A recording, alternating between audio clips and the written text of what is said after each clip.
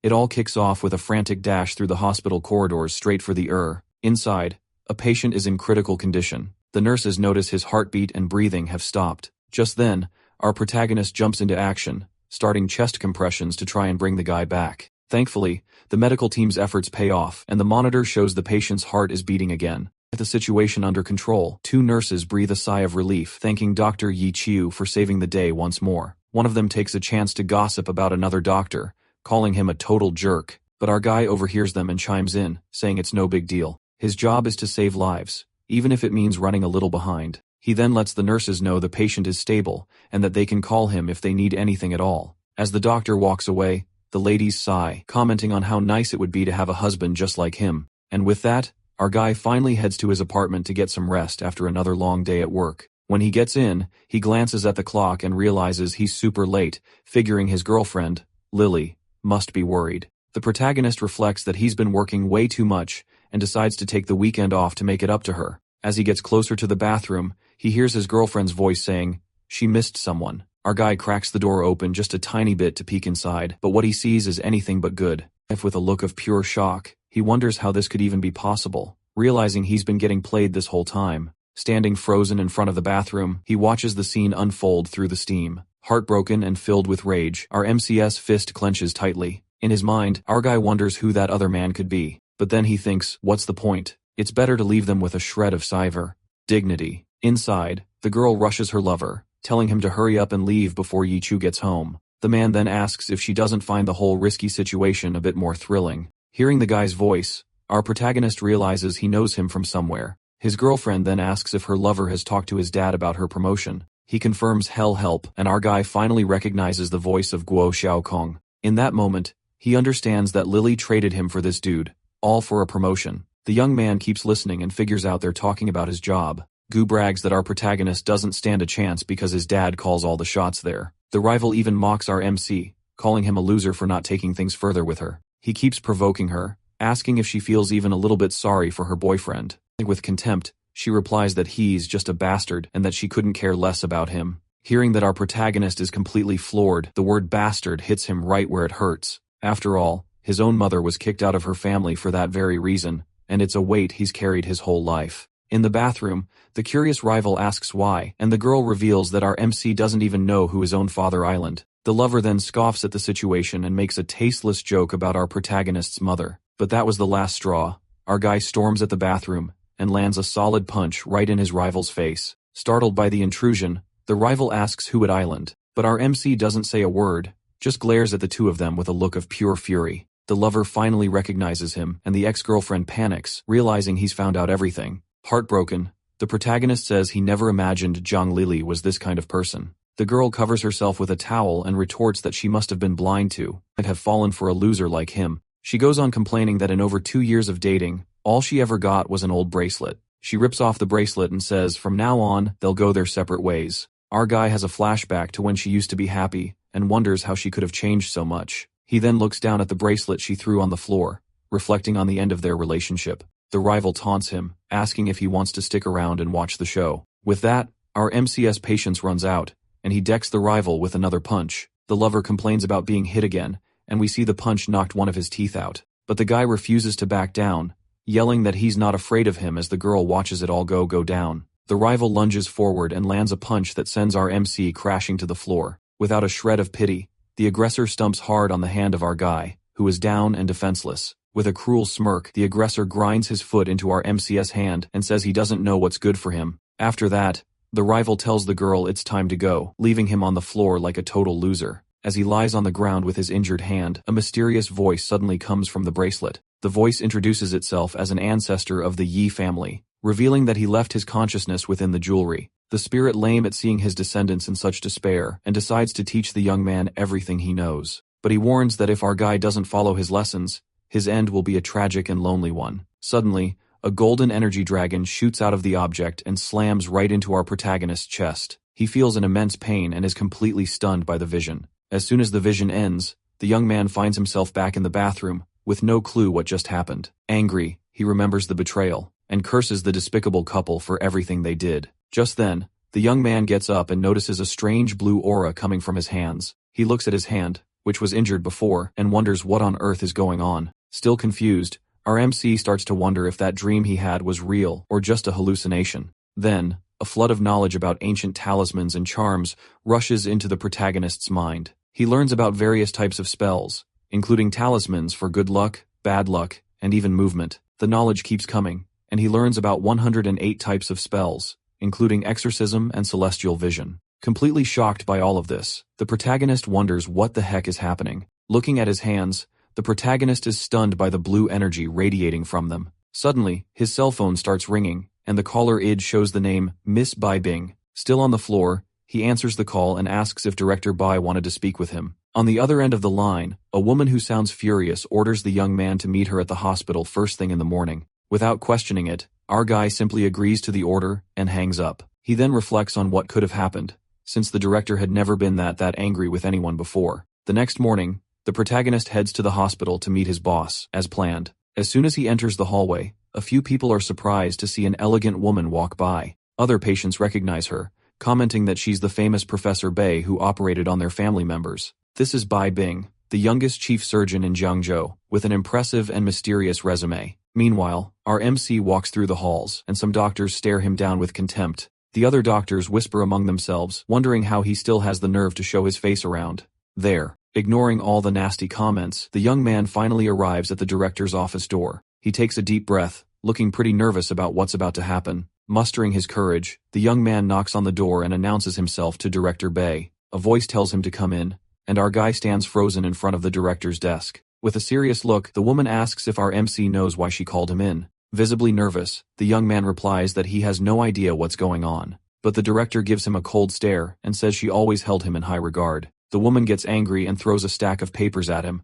saying he's deeply disappointed her. On the papers are two identical medical reports, but one is signed by him and the other by Guo Xiaokong. In complete shock, the protagonist wonders how his thesis and Guo Xiaokong's could be exactly the same. His boss accuses him of plagiarism, and the young man drops to his knees, trying to explain that he spent the entire month working on that thesis. He then says his ex-girlfriend, Zhang Lili, was on the night shift with him and can prove his innocence. However, the woman doesn't believe a word of it and reveals that Zhang Lili testified against him. Devastated, the young man can't believe his ex-girlfriend betrayed him yet again in such a way. The director then informs him that, effective immediately, he is fired from the clinic and will be transferred. In shock, our MC wonders how he can ever be a doctor if he's been demoted to a nursing position. Completely defeated, the young man leaves the office and walks past the same doctors who looked down on him before. With a look full of hatred, he swears he will make that traitorous couple pay for everything they've done. Still shaken by the news,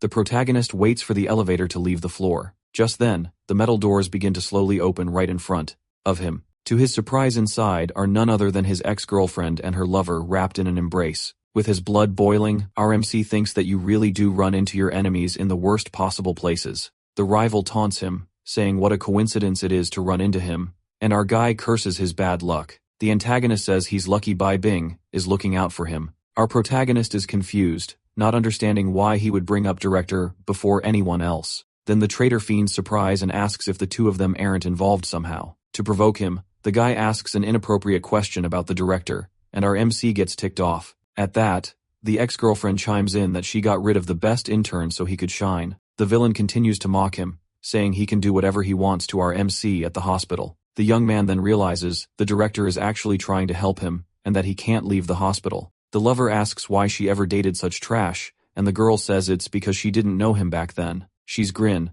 The rival invites the girl to a hotel, and she acts all shy. He keeps up the taunts while our MC just watches the scene in complete silence. But on the inside, the young man is absolutely furious, clenching his fists tightly. He then remembers the elevator has cameras and knows he can't do anything right now. Our guy calms himself down, deciding he can hold in a little longer. After all, revenge is a dish best served cold. Finally, the elevator reaches the first floor, and a chime echoes through the area. As soon as the door is open, the rival stops him from leaving, grabbing him by the shoulder.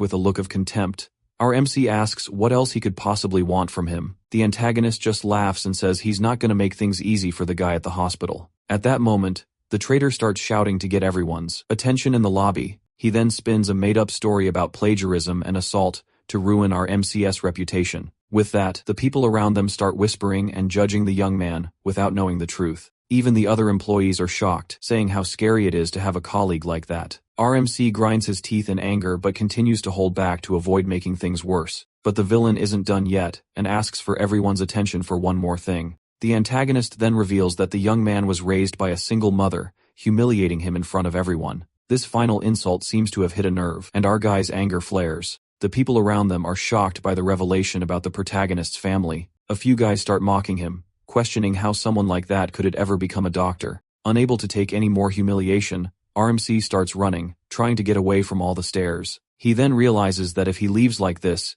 his career as a doctor will be over for good. Suddenly, our guy stops running, and a blue aura surrounds him as an idea sparks in his mind. While the rival mocks him for running away, RMC decides it's time to try something new. With a furious gaze, the protagonist asks if the rival isn't afraid of the consequences of his lies. But the antagonist just scoffs, saying he's not afraid of anything, because he's just telling the truth. With a subtle smile on his lips, our MC prepares to make his move. Then out of nowhere, the antagonist collapses, spitting up a mouthful of red liquid. The villain is down on the ground as everyone wonders what just happened to him. Something belonging to the villain shatters on the floor with a loud crash. Lying on the ground, the antagonist curses in pain, his face covered in cuts. Just then, the guy cries out in pain, and his ex-girlfriend watches, completely shocked by the situation. With that, the girl rushes to help him and asks if he's okay, but he just responds sarcastically. The protagonist then walks over and asks if the rival doesn't think this is karma. Hearing this, the girl is completely stunned by our MC's words.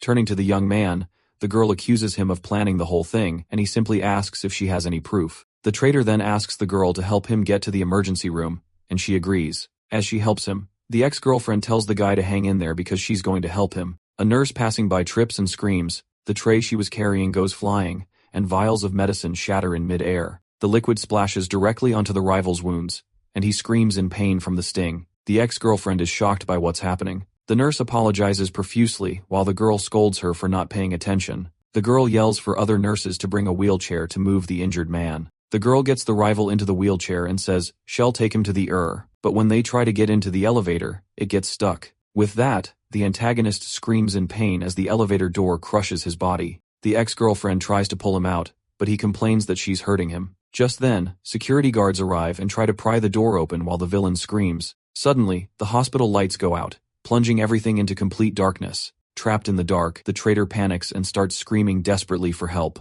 The people around them start to wonder if this really is some kind of divine punishment. Meanwhile, our protagonist just watches the scene unfold with a cold, calculating look. The story then flashes back 1 hour, showing an ancient book of spells. We see our guy holding a talisman and saying he's going to test it on someone. The object is revealed to be a powerful, bad luck talisman shrouded in a blue aura. Back in the present, the young man thinks that evil always gets punished, and that the item worked like a charm. It's then revealed that the talisman is in our MC's pocket. A satisfied smile, our MC watches the chaos he himself created. The scene then shifts to the garden at the hospital entrance, where there's a large pond. Protagonist is walking by, thinking he can't go home yet and worry his mother. But suddenly, he hears a scream and realizes someone just fell into the water. A child is flailing in the pond, and the people around are screaming desperately for help. The little boy starts to go under, and someone yells for them to call for an ambulance. Without a second thought, our MC sprints towards the pond to save the boy. He then dives into the water. Focused on the rescue, our guy swims with all his might to reach the boy in danger. He manages to grab the kid, and starts swimming back to the edge of the pond. Once on solid ground, the young man asks where the child's parents are, and someone shouts that help is on the way. But the little boy is unconscious and isn't moving, making everyone around them extremely worried. Realizing how serious it is, our MC doesn't waste a second, and starts CPR to revive him. The boy begins to react, his eyes fluttering open. After a few tense moments, the boy finally coughs, spitting out all the water he swallowed. Disoriented, the boy asks who he is, and our MC tells him he saved him and asks about his family. Suddenly, old man and his bodyguard come running, calling the boy's name, who shouts, "Grand pal." The elderly man hugs his grandson, worried sick, and asks if he's hurt, but the boy just apologizes for the accident. The little boy then points to our protagonist, and says he was the one who pulled him out of the water. Our guy then suggests they take the boy to the hospital, and warns the grandfather to be more careful. The bodyguard doesn't like his tone,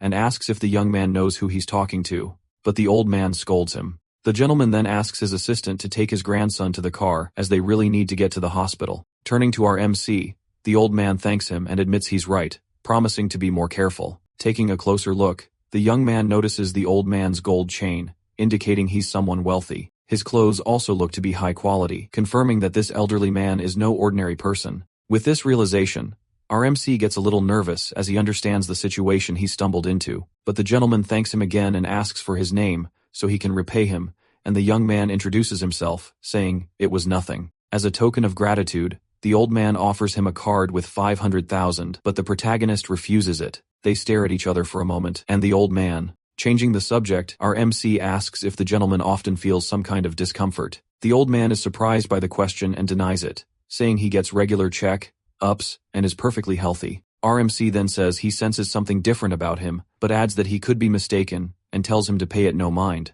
With that, the young man says goodbye, and reminds the gentleman to take his grandson to the doctor for a checkup. Watching the young man walk away, the old man is left pondering what just happened. He remembers that he has consulted the best doctors in the world over the years to manage his health, but despite all their efforts, none of them could ever diagnose the serious illness he had. He then wonders if heaven is giving a dying man a chance to live a few more years. Now in the car, the gentleman calls his bodyguard, who asks what the Dragon King wishes to do. The Dragon King then orders his assistant to find out everything about the young man, saying he wants to know every single detail of his life. Meanwhile, our MC has no idea that he has just caught the attention of someone very influential. Arriving home, our MC calls out to his mom, letting her know he's back. Just then, his mother appears with a plate of food and asks why he's all wet. She dries his hair and guesses that he fell in the lake, which surprises the young man. But the food smells amazing, and his mother insists that he tell her what happened. So he explains that he saved a child from drowning, that the boy's grandfather showed up right after. His mother says he did the right thing but asks him to be careful because his life is precious to her.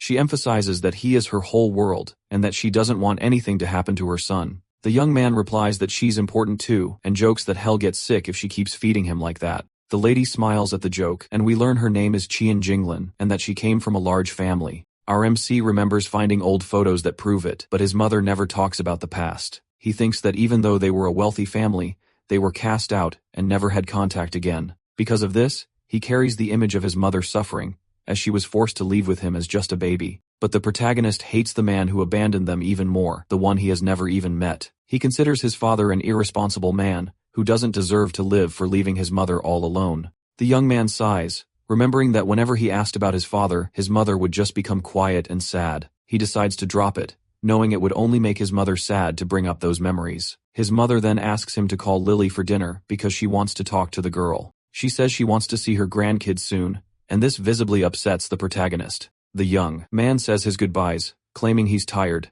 and his mother agrees he needs some rest, then goes into his room and closes the door. Lying in bed, he thinks that he needs to talk to his mother about something important. The thing is, he has no idea how to tell his mother that his girlfriend cheated on him. Tired of thinking about it, he tosses and turns in bed, unable to sleep. Suddenly, he remembers something important that could change everything. He then recalls the complete collection of Mao Shan talismans that his family possesses. But he remembers that the collection isn't just limited to talismans. The Yi family also possesses numerous secrets of medical and martial arts, among other techniques. Since he can't sleep, he decides to do something useful with this knowledge. And so, the night passes quickly, and a new day begins. The young man was up all night, and is amazed by his family's treasures. He then checks the clock, which reads 8:10, and realizes he needs to get to work. In a hurry, the young man says goodbye to his mother, who tells him to take it easy, and that there's no need to rush her son leave. The lady smiles, and thinks how incredible that boy's energy island. Arriving at the hospital, we see a sign for the nurses' station.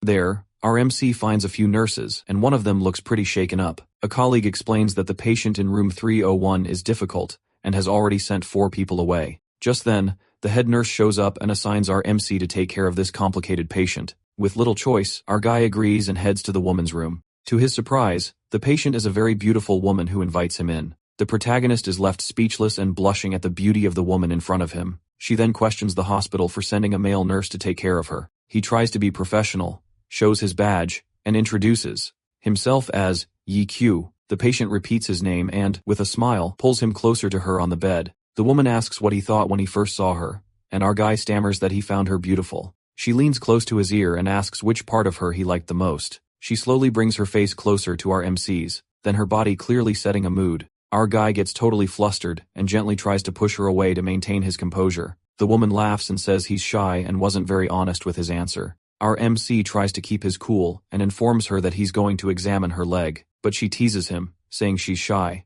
that it's weird to have someone touching her leg. Ignoring the provocation, the young man kneels down to begin the procedure. Carefully, he begins to examine the patient's injured leg. As he removes the bandage, he sees a large scar, and she complains of intense pain. At that moment, the young man asks how she got that injury. The woman explains it was a car accident that broke her bones. Analyzing the wound, our MC realizes she doesn't need another surgery. Just then, a doctor enters the room, and the patient says she doesn't want to be left with scars. She says she was in a bad mood, but the nurse has cheered her up a lot. The woman asks the doctor about the scar, and he says it will take months to treat. Woman is clearly disappointed and asks if there's any other solution. The protagonist then interjects, saying he can heal her in a week. The doctor becomes furious and yells at the young man, calling him a quack. The doctor's assistant also gets angry, saying a nurse isn't allowed to give diagnosis, but the patient cuts off the argument with a serious look. The doctor tries to convince her not to listen to the young man, calling it superstition, but she tells the doctor to shut up.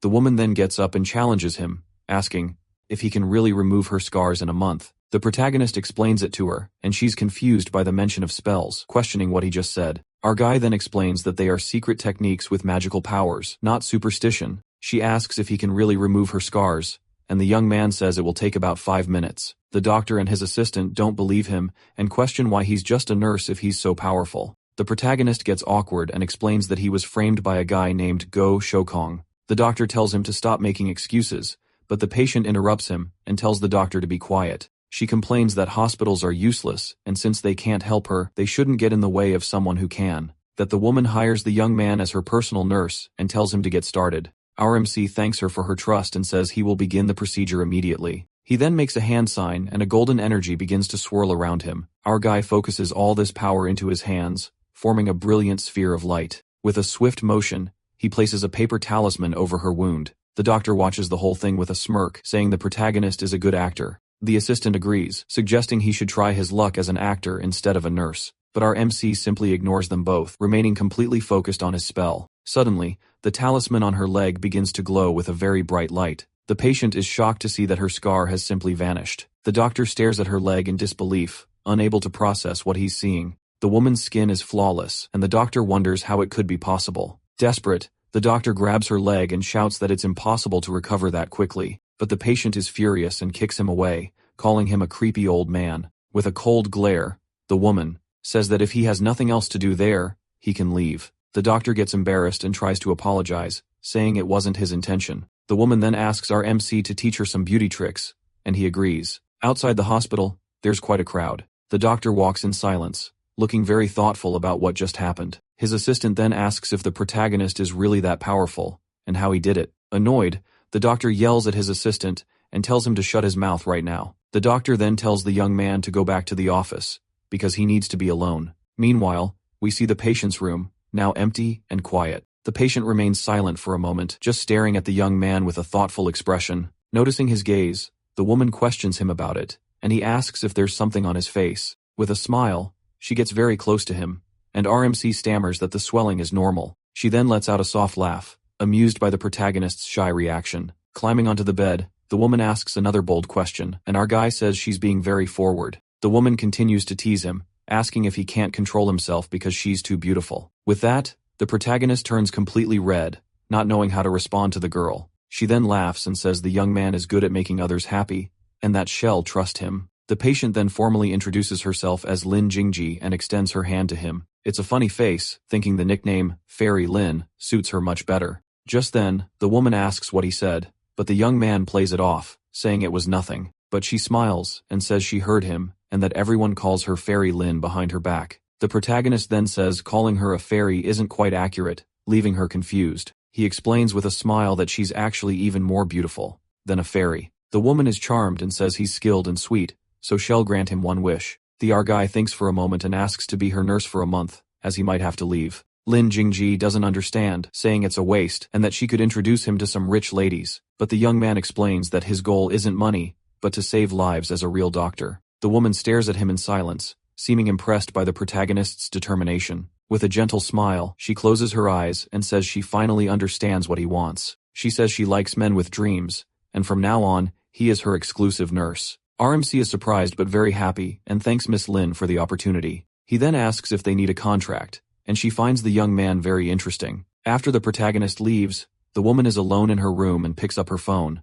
She then calls someone and asks them to investigate everything about a nurse named Yi Chu. Moments later, the patient receives a file on her phone with all the information about him. Reading the file, she discovers that our MC has a history of plagiarism and betrayal. Suddenly, there's a knock on the door, and a man in a lab coat greets her with a smile. With a serious expression, the woman asks who he is and what he's doing there. The man introduces himself as Dr. Go Shou Kang from the surgery department. He then starts slandering our MC, claiming he plagiarized his thesis and is a bad person. Just then, the protagonist returns, and Go tells Lin to fire him because he can't be trusted. The woman smiles and repeats to the young man everything the doctor said about him being lazy. Our guy gets furious and tells Go not to push his luck, but the rival just glares back. The doctor then turns to the patient and asks her to consider his suggestion carefully. But the woman asks what happens if she insists on hiring our MC as her nurse. The doctor threatens her, saying the hospital won't be responsible for any problems. Annoyed, the woman asks if he's threatening her and if the hospital knows about this.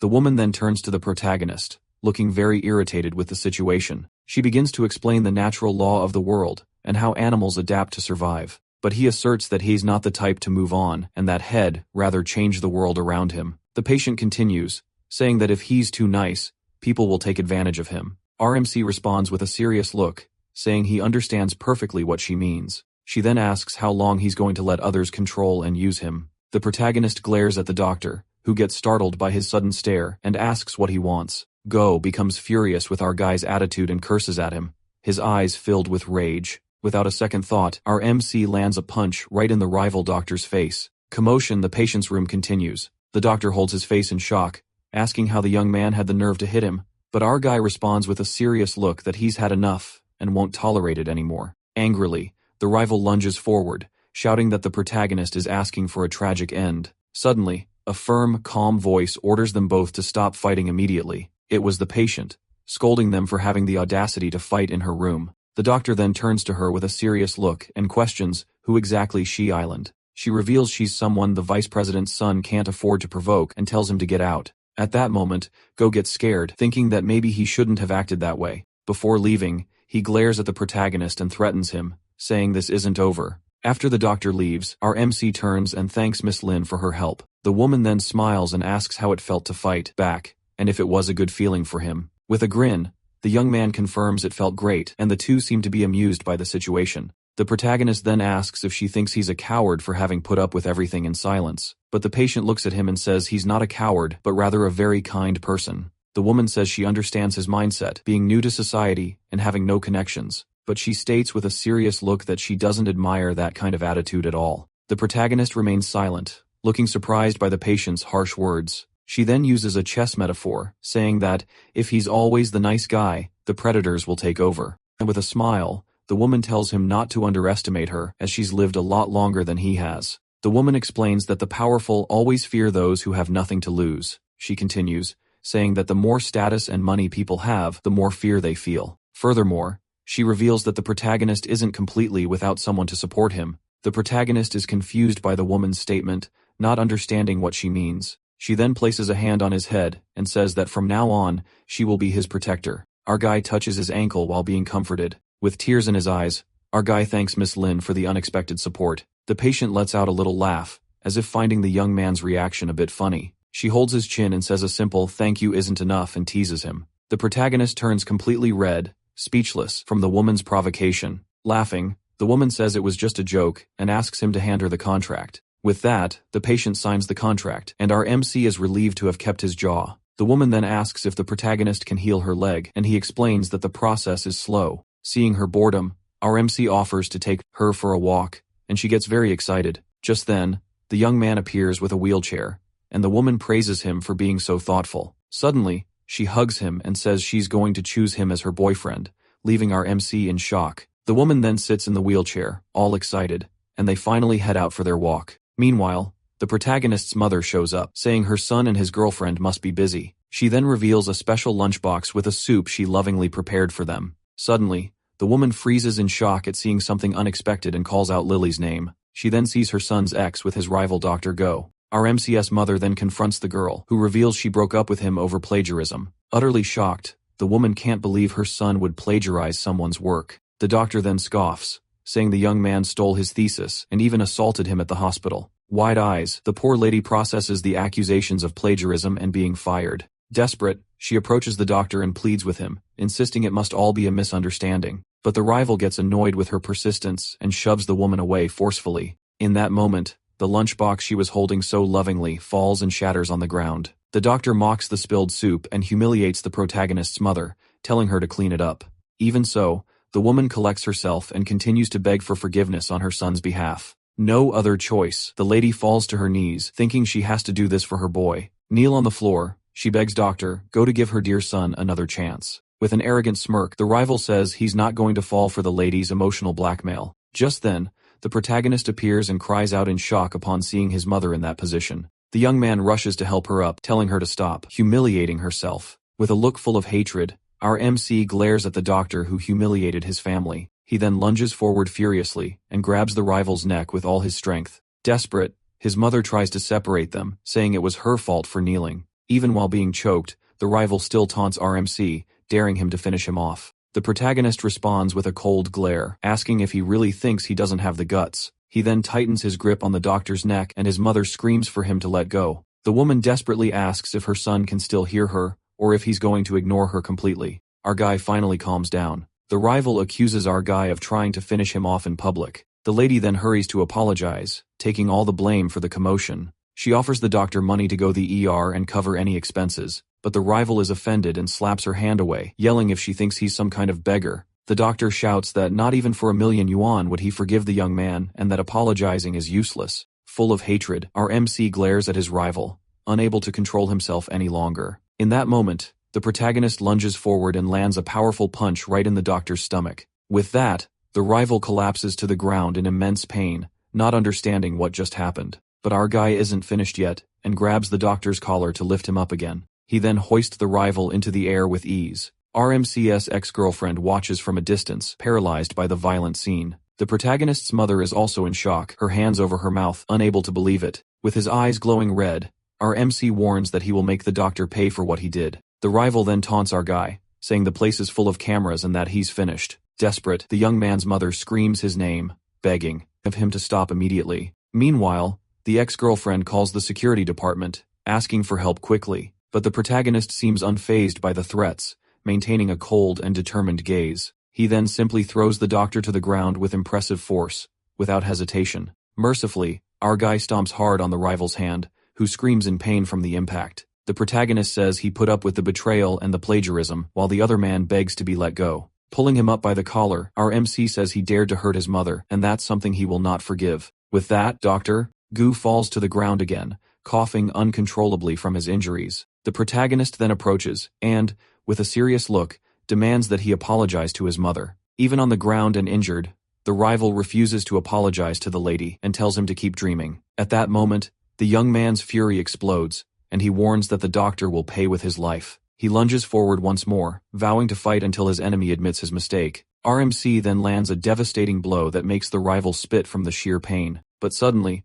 a woman appears and yells for the protagonist to stop, surprising the young man. The woman warns the young man, saying that's enough and that he'll go to jail if he continues. The ex-girlfriend then runs to the director and begs for help to save her new boyfriend. With authority, the woman orders our MC to let go of Dr. Go, who just stares at her in silence. She then tries to appeal to the young man, questioning if it's worth being arrested for someone like that. His mentor's words make the protagonist look at his mother, who is crying sadly. With a calm gesture, the director places a hand on the young man's shoulder and asks him to release his rival. Influenced by her words, our guy finally lets go of the doctor, who falls back, drained of strength. Our MC then hugs his mother and warns that if the rival ever dares to mess with her again, he'll make him disappear. But the doctor gets up and accuses the protagonist of trying to take him out in front of everyone. His boss then glares at him and asks if he really wrote the thesis, telling him not to play her for a fool. Firmly, the director ends the argument and forbids anyone from speaking about the matter. She then turns to the protagonist and asks him to go to her office and wait for her.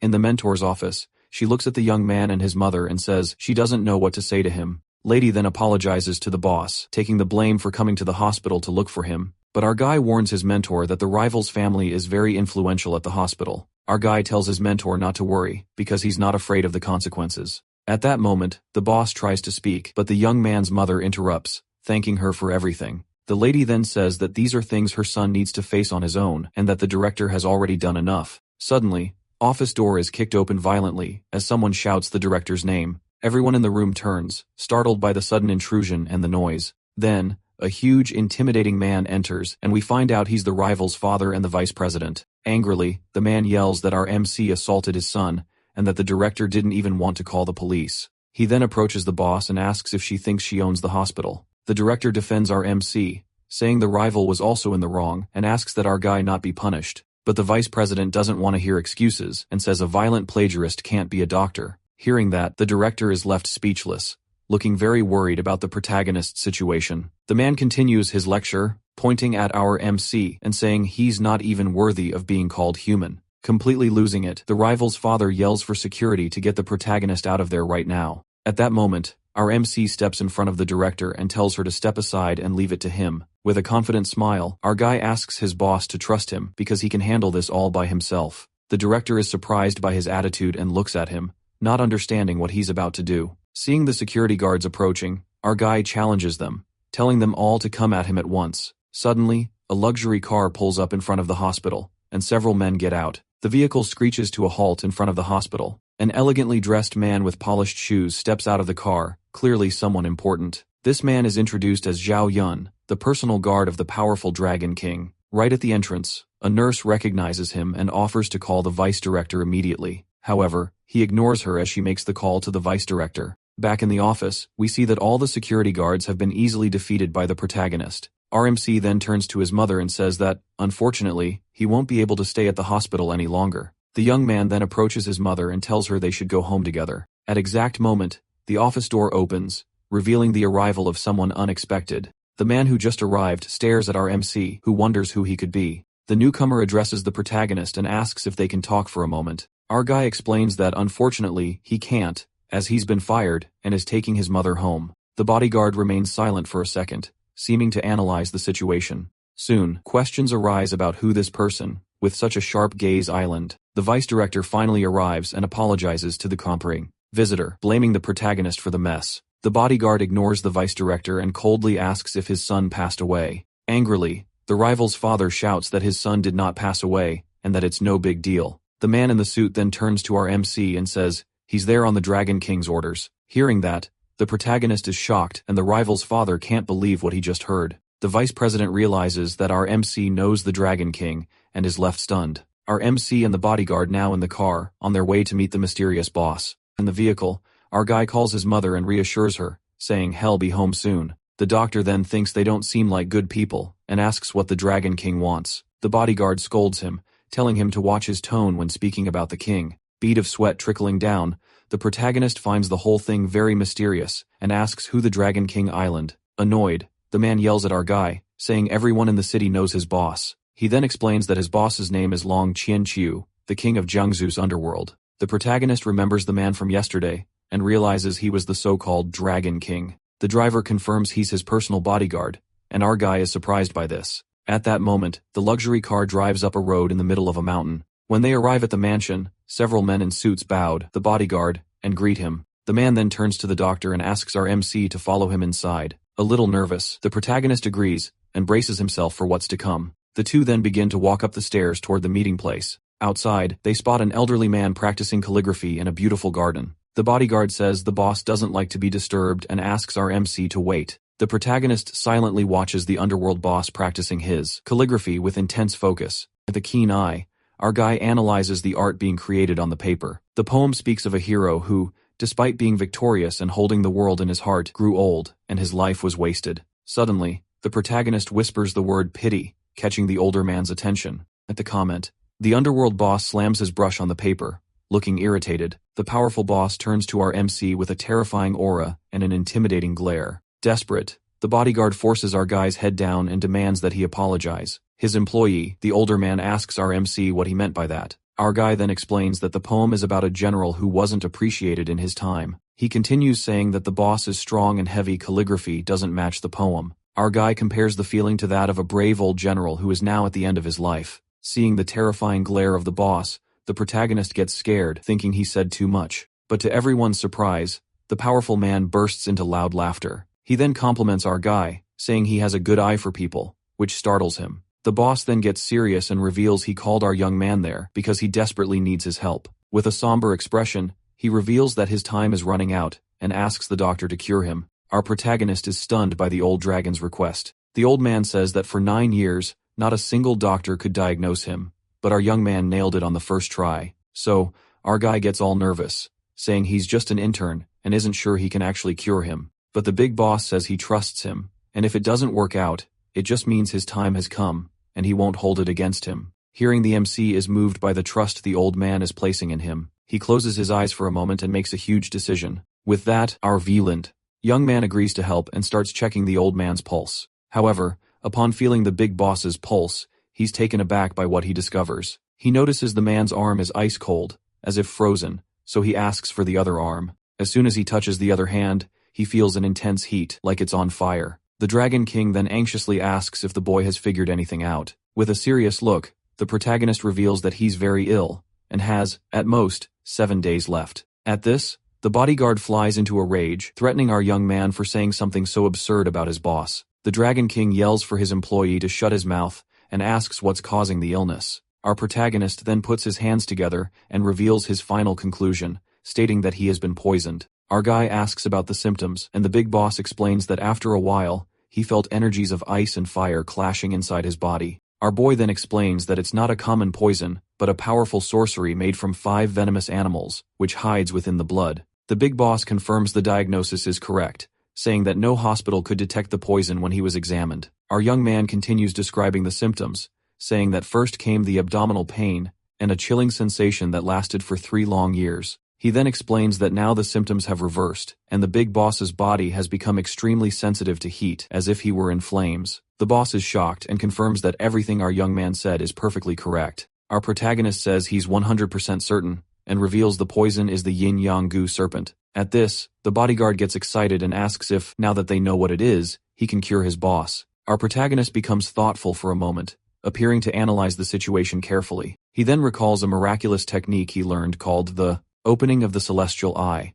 It's explained that this technique refers to a hidden eye located right in the center of a person's forehead. With this eye open, one can see invisible things like ghosts and demons, and even predict the future. However, ancient knowledge reveals that not everyone can awaken this powerful eye. And with this ability, he could find the poison in his blood, but he hasn't had time to train the technique yet. The boss then asks if he has thought of a way to cure him, and our boy replies by asking if he's ever heard of the celestial eye. The boss says he's heard of the technique, but knows it's something only monks and masters can command, so he asks what it has to do with his poison. Our guy confirms it's the key to the cure, and with the celestial eye, he could locate and remove the poison. With a serious expression, the powerful boss says this is no ordinary technique, and that he believes only 3 people in the world can use it. He then begins to list the masters, mentioning the leader of Wudang Mountain, and also the Grandmaster of Longyu Mountain. In their world, these individuals are great sages. And finally, he mentions the third person, the living Buddha of the Celestial Palace in Tibet, a young monk who meditates amidst a divine light. A little later, they're driving down a road. The car is speeding along. Inside the vehicle, our protagonist wonders who would have the guts to curse the Dragon King. Then flashing back 1 hour, we see a strange purple mark on the old man's back. Our young man warns the big boss that the treatment might hurt a bit, but the man says he can handle the pain. A drop of sweat on his face, our MC takes a deep breath. He then picks up an acupuncture needle. The boy begins to apply the needles to specific pressure points on the old man's body. His eyes widen with total focus on the task at hand. A vision of energy shows the big bosses, meridians being activated by the technique. Sitting up, he applies the 9th and final needle to finish. After it's all over, the bodyguard supports his boss, while our young man says he's done. The employee is shocked, commenting that the meridians that were squirming like worms are gone. Looking at the old man's back, you can see that the purple mark from the curse has disappeared. The MC says the treatment buys him 1 month, but they need to find someone with the celestial eye. The bodyguard says he will go find the living Buddha, and the big boss thanks our boy for his help. We return to a peaceful landscape of mountains with many trees in the background. Our MC stresses that they need to hurry because in 1 month there will be no hope left. With a serious look, the guard agrees and says he'll handle it as quickly as possible. Now inside the car, our young man asks what this tiger list they mentioned island. To explain, the bodyguard asks if the boy knows about the Forbes billionaires list. Our MC confirms he knows it's a list of the world's wealthiest people. At that, the employee reveals that just like that list, there are the dragon and tiger lists. He continues, explaining that the difference is that they rank the greatest martial arts masters. The tiger list is updated every 5 years during a major martial arts competition. Only the top 30 make the list, and before he got sick, the big boss was ranked 12th. Our young man is impressed by this information and immediately asks about the dragon list. The dragon list is updated every 10 years, and the masters gather to challenge one another. He then reveals that the leaders of Wudang and Langhu Mountains are ranked 2nd and 3rd on the list. In 4th place is the abbot of the Tianlong Temple, and in 5th, a powerful woman from the Murong family. At the top of the list is a man named Xiaoju, who commands an army of 1 million soldiers and is considered a god of war. 10 years ago, the masters challenged him but couldn't even withstand 3 of his blows, and he's only 35 years old. Our MC is shocked by his age, and the employee says he made the list at just 25, which is incredible. He then mentions that there are rumors that this master's strength is nearing the level of a god, and that he might enter the god list. Our young man is confused by this and wonders what this new list could be. The man says he doesn't know much, only that it's updated every 30 years with the world's greatest experts. He then admits that with his power level, he doesn't even know where the dragon list masters compete. Our protagonist is very curious and says he would love to see the experts from the god list in action, but he quickly plays it off, saying he was just kidding and would never dare compete with such powerful people. The luxury car finally stops, and the bodyguard announces they've arrived at the hospital. Our young man nods and tells the man to contact him if they have any problems with the boss. Now inside the building, our MC walks down the hallway. Arriving at one of the rooms, he opens the door and tells Sister Lin he's here, but as soon as he looks inside the room, his expression changes. Inside,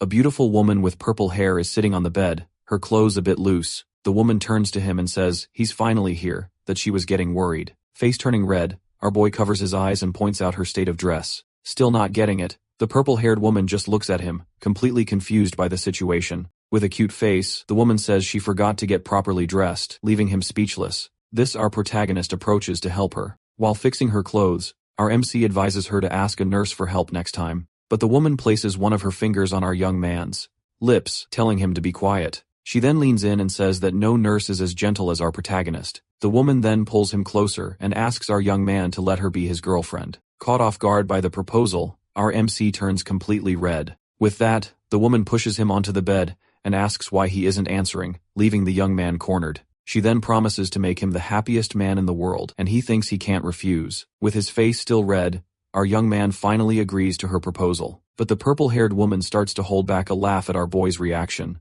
The woman bursts out laughing and says he's so easy to trick. Our young man realizes he's been had. She asks him to grab a new shirt since the buttons on hers popped off. As he helps her dress, the woman comments that he wasn't decisive enough with Guo Xiaokong. Our guy is surprised, and she says everyone in the hospital knows what happened. The woman then warns him that a moment of pity could cost him his life next time. Our protagonist remains silent, reflecting on the woman's words. We see a wider shot of the hospital room. On the gurney is our protagonist's rival, completely wrapped in bandages. The protagonist's ex-girlfriend says she's glad he's finally awake. She then explains that the surgery was a success, and he'll soon make a full recovery. But the guy wakes up absolutely furious, and starts screaming at her to get out of the room. The doctor is shocked by his reaction, and the man repeats his scream for her to leave. However, as she's leaving in tears, the side character tells her to wait. With a hateful glare, he blames her, saying that if it weren't for her, none of this would have happened. He thrashes around in a tremendous rage. The guy vows to get revenge on our MC and destroy his entire family. The protagonist heads home. Our MC tells his mom he's finally back. His mother then runs to him and bombards him with questions about what happened. With a smile, our boy reassures her, saying everything is fine for now. That, the woman hugs him, much more relieved to know he's safe. She then remembers that a Mr. Jiao sent something for him, surprising our young man. His mother then shows him a box and explains that it's a gift from the Dragon King himself. He opens the kitchen, finds a 100-year-old wild ginseng inside. This type of ginseng is extremely rare, and its value is simply incalculable on the market. He realizes the item's value and thinks it will be great for martial artists. He then remembers the Dragon King and realizes the old man knew exactly what he needed. With the ginseng in hand, our boy believes he can now become someone more powerful. He then grips the root firmly, thinking about the possibilities it could bring him. Our protagonist says he's tired and is going to skip dinner to go straight to his room. Without wasting a second, he enters his room and shuts the door so he won't be disturbed. Inside the room, our young man enters a meditative state,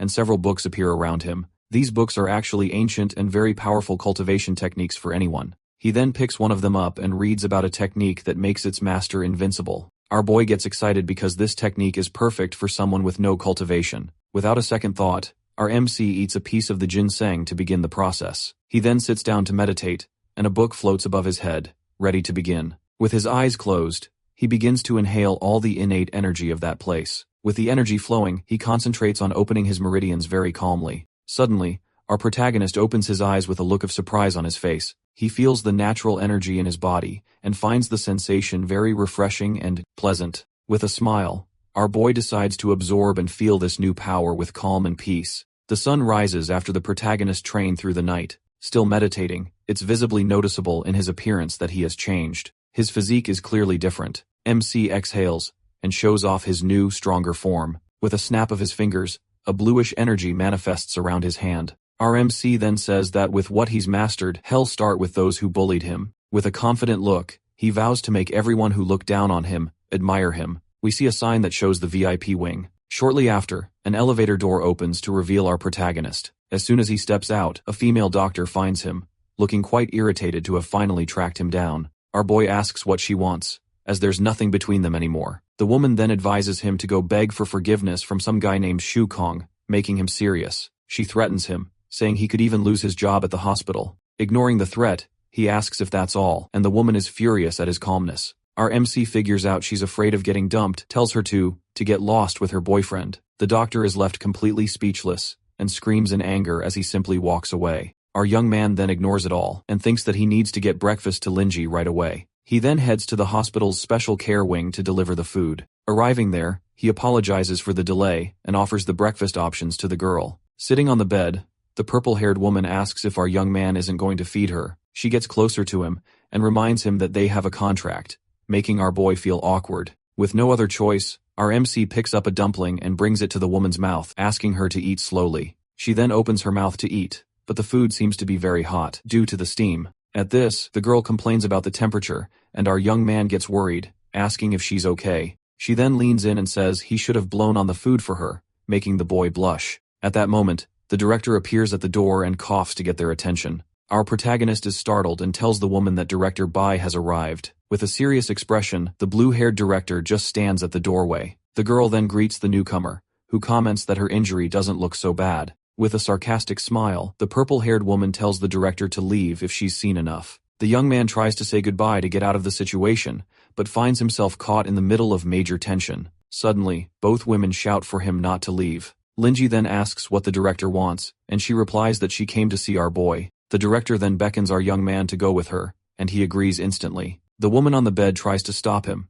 saying he's on duty and can't leave, but the director retorts that he's not a professional and tells her to find another servant. The woman on the bed thanks her for the reminder and says she's satisfied with our boy's service. She then gets closer and declares that she'd even like him to be her boyfriend, making him flustered. Our protagonist is left completely speechless. Angrily, the blue-haired director opens the door to get out of there as fast as possible. She then yells for our young man to get out of that room if he still wants to work at the hospital. They are surprised by her reaction. He then follows her, and they arrive at a balcony with an incredible view of the city. At this moment, the director questions him about his relationship with the purple-haired girl. Awkwardly, our MC says it's just a misunderstanding, and their relationship is strictly patient and caregiver. But the blue-haired woman gets annoyed and asks what kind of patient lies on top of their caregiver. The young man then realizes that the director seems to be very angry about the whole situation. With a serious look, she warns him that the girl is not who she seems to be, and tells him to stay away from her. Our boy then awkwardly explains that the woman is his only client at the moment.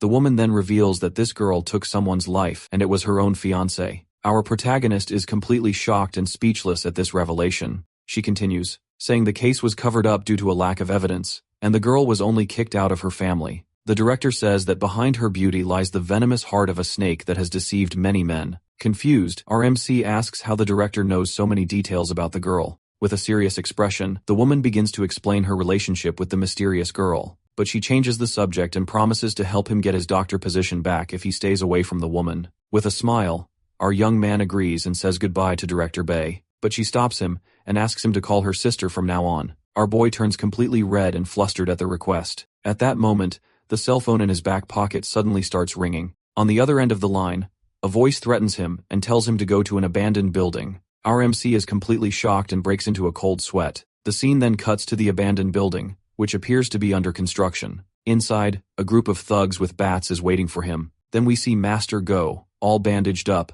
and a henchman asks if they really need so many men. With a vengeful look, the young master says he won't go easy on him. Then we see that they have the protagonist's mother as a hostage. The henchman then approaches the woman and asks if he can have her afterward. Master Go seems confused and asks what he wants with the hostage. The man then says he has a thing for more mature women. The tied-up woman looks scared and asks who they are and what they want. And a mocking smile, Master Go asks if she doesn't recognize him. The lady then tries to break free and yells that what they're doing is a crime. The henchman then slaps her hard across the face and tells her to shut up once and for all. He says he's not afraid of anyone in this city. The young master then says that our MC did this to him and that he's gonna get his revenge. Our MC's mother then looks at them with a look of contempt. She bites the henchman, but the man kicks her, making her fall to the ground. At that moment, our protagonist arrives and yells young Master Go's name. With his eyes glowing with rage, our boy asks where his mother island. With a mocking smile, Master Go says that the guest of honor has finally arrived. The villain then points to the woman on the floor and taunts him, not knowing if she's still alive. Our young man then sees his mother on the ground,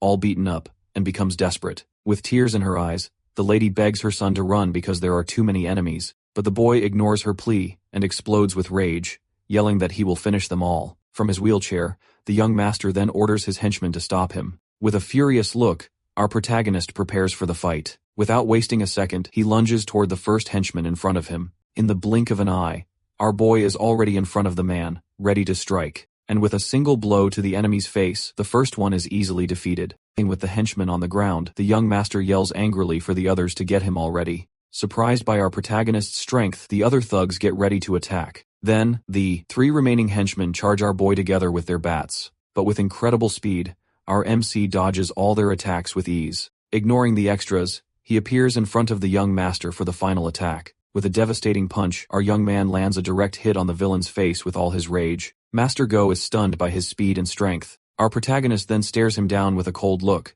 In his mind, he then starts to recall how he defeated each of the henchmen. With a powerful kick, he struck one of the men in the face without a shred of mercy. The other thug didn't even have a chance to react to our boy's swift blow. In the blink of an eye, all the enemies were already down and defeated on the floor. The last remaining henchman is completely terrified by the scene he just witnessed. Our MC then prepares to finish off the last enemy left standing. The man stares at him in terror, calling him a demon while our young man takes a deep breath. Our protagonist then stares at him with a cold gaze and says, "Now it's your turn." Shocked, the henchman pulls out a knife and yells that it's a humiliation to be defeated like this. With his face full of rage, the man shouts that this is a disgrace to him and his men. The guy then tries to attack the protagonist's stomach with the knife. Seeing this, his mother screams his name in desperation. Master just watches with a mocking smile, not caring at all. The henchman lands the blow on the protagonist's stomach. However, the protagonist's skin is like dragon scales shattering the blade. Shocked, the man wonders if he's even human, as only legendary experts possess such strength. Our protagonist then glares at him with a dark look, and the guy is terrified.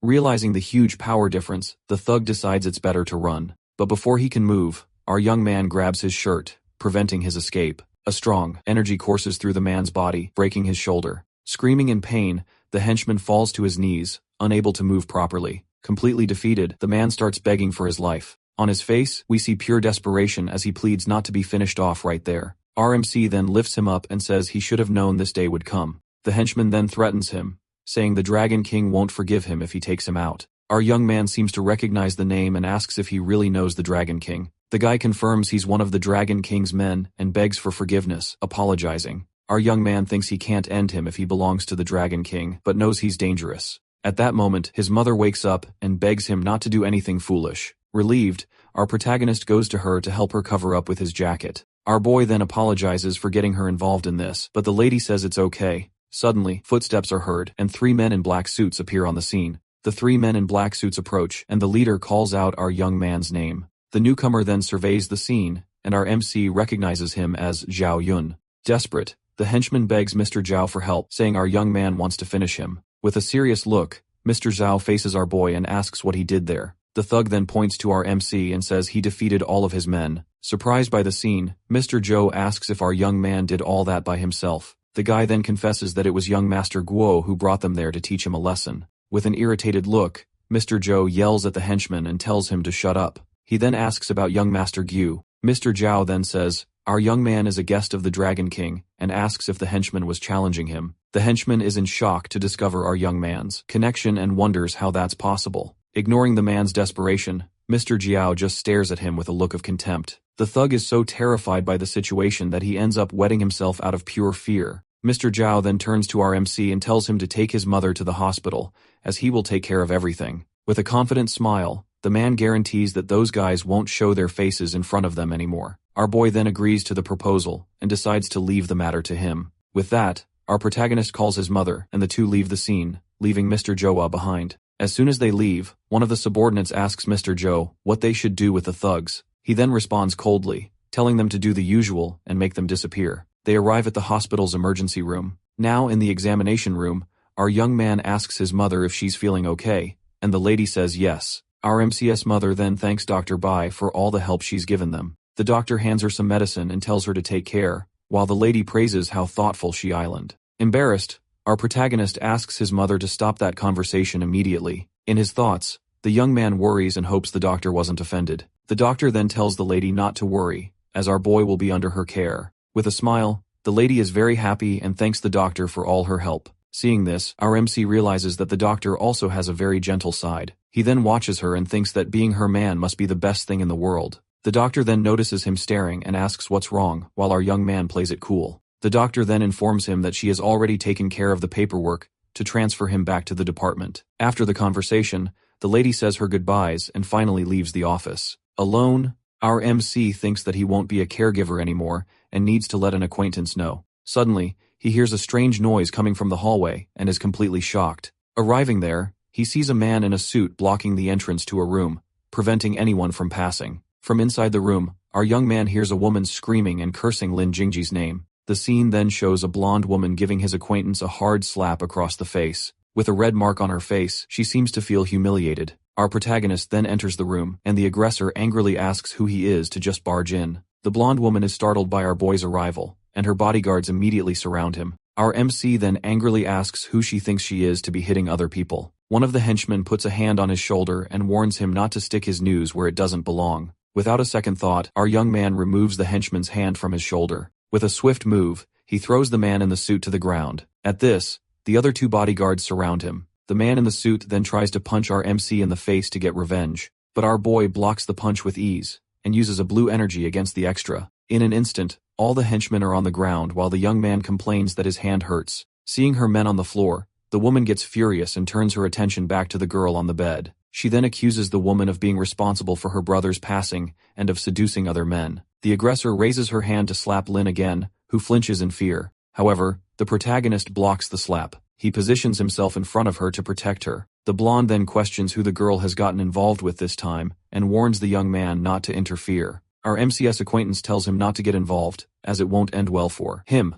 but he replies that there's nothing to worry about because he remembers her defending him in the past. Our boy says he trusts her because the woman helped him without caring who the others were. With wide eyes, the girl is speechless and can only whisper his name. She gives a slight smile, looking very happy and moved by the young man's words. In her thoughts, the woman remembers how she was taken advantage of for years, with no one to support her. She reflects that she was already used to handling everything on her own and solving her own problems. But today, with tears in her eyes, the girl realizes that something has finally changed in her life. The woman thinks that a simple caregiver she hired stood up to defend her without fear. With a determined smile, the girl seems to have made an important decision. Back in the present, she touches our MC's arm and thanks him for all his help. The blonde woman then gets angry and asks how a caregiver dares to protect a murderer. Our young man replies that a hospital is for healing and that her words mean nothing. Not knowing what to say, the aggressor stammers while her henchmen remain on the floor. She then insults the girl, saying her brother must have been blind to marry her. The woman finally responds, saying she always tolerated her out of respect for her late husband,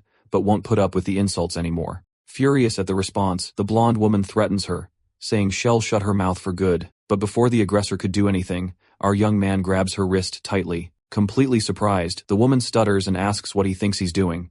Alright, that's the end of the story. Thanks for watching. See you in the next one.